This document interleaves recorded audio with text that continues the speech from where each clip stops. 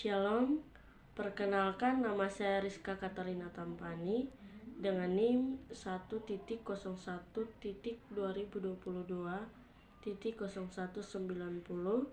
kelas F Prodipak Kampus IAKN Kupang. Dalam video kali ini saya ingin menjelaskan tentang pengertian Alkitab, pengertian Allah, pengertian tentang Yesus Kristus, dan kemudian pengertian tentang Roh Kudus, tentang manusia, dan juga tentang akhir zaman. Dan saya juga akan menjelaskan tentang refleksi saya mengenai hal-hal yang Alkitab, mengenai Allah, Roh Kudus, Yesus Kristus, mengenai manusia, dan juga akhir zaman. Pengertian Alkitab. Alkitab adalah kumpulan kitab-kitab yang diakui sebagai firman Allah dengan melalui proses yang disebut dengan kanonisasi. Alkitab berisi hal-hal yang dikehendaki oleh Allah dan yang tidak dikehendaki oleh Allah. Misalnya dalam Efesus 4 ayat 29, Allah ingin agar kita tidak mengeluarkan kata-kata kotor, melainkan apa yang keluar dari mulut kita adalah kata-kata yang baik, yang bersifat membangun, sedangkan hal yang tidak diinginkan oleh Allah dapat kita lihat dalam Keluaran 20, yakni 10 hukum Taurat. Refleksi saya tentang Alkitab. Alkitab adalah buku terindah yang berisi kebenaran yang merupakan surat cinta dari Tuhan. Alkitab ditulis agar manusia dapat mengetahui kehendak Allah dan melakukan apa yang dikehendaki oleh Allah. Pengertian Allah. Allah adalah firman dalam Yohanes 1 ayat 1. Allah dikenal dengan 3 pribadi, yakni Allah Bapa, Anak, dan Roh Kudus. Allah menciptakan langit dan bumi serta segala isinya.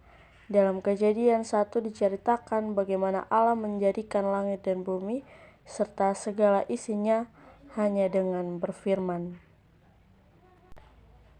Refleksi saya tentang Allah. Allah adalah pencipta langit dan bumi. Ia maha kuasa dan berkuasa atas segala yang diciptakannya. Allah adalah kasih sekaligus adil. Allah sangat mengasihi manusia meskipun manusia telah jatuh dalam dosa.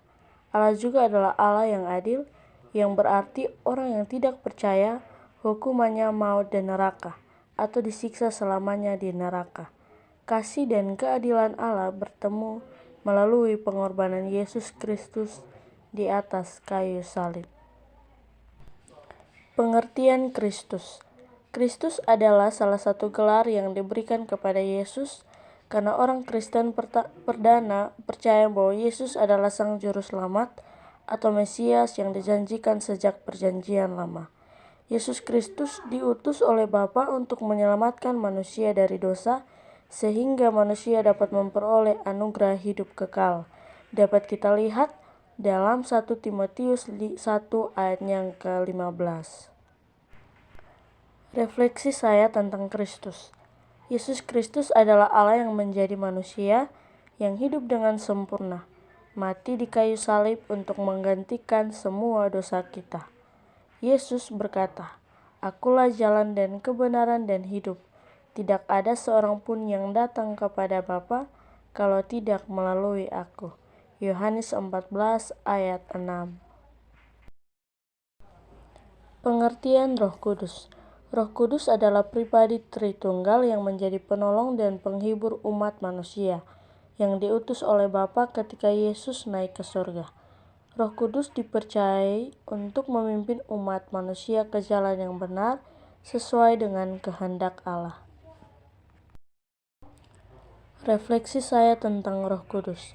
Roh Kudus adalah penolong dan penghibur umat manusia yang diutus oleh Bapa ketika Yesus naik ke surga.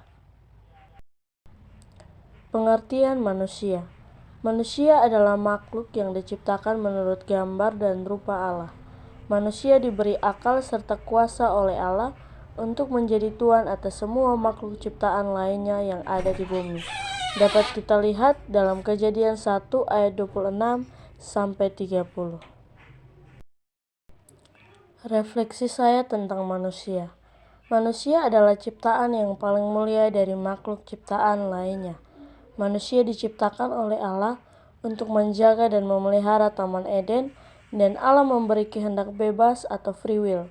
Namun kehendak bebas yang Allah berikan kepada manusia tidak digunakan dengan baik oleh manusia sehingga manusia jatuh dalam dosa.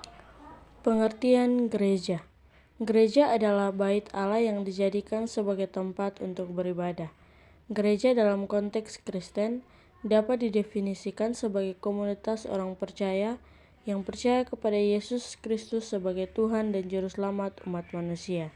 Gereja juga sering dianggap sebagai tubuh Kristus di dunia dengan Yesus Kristus sebagai kepala gereja.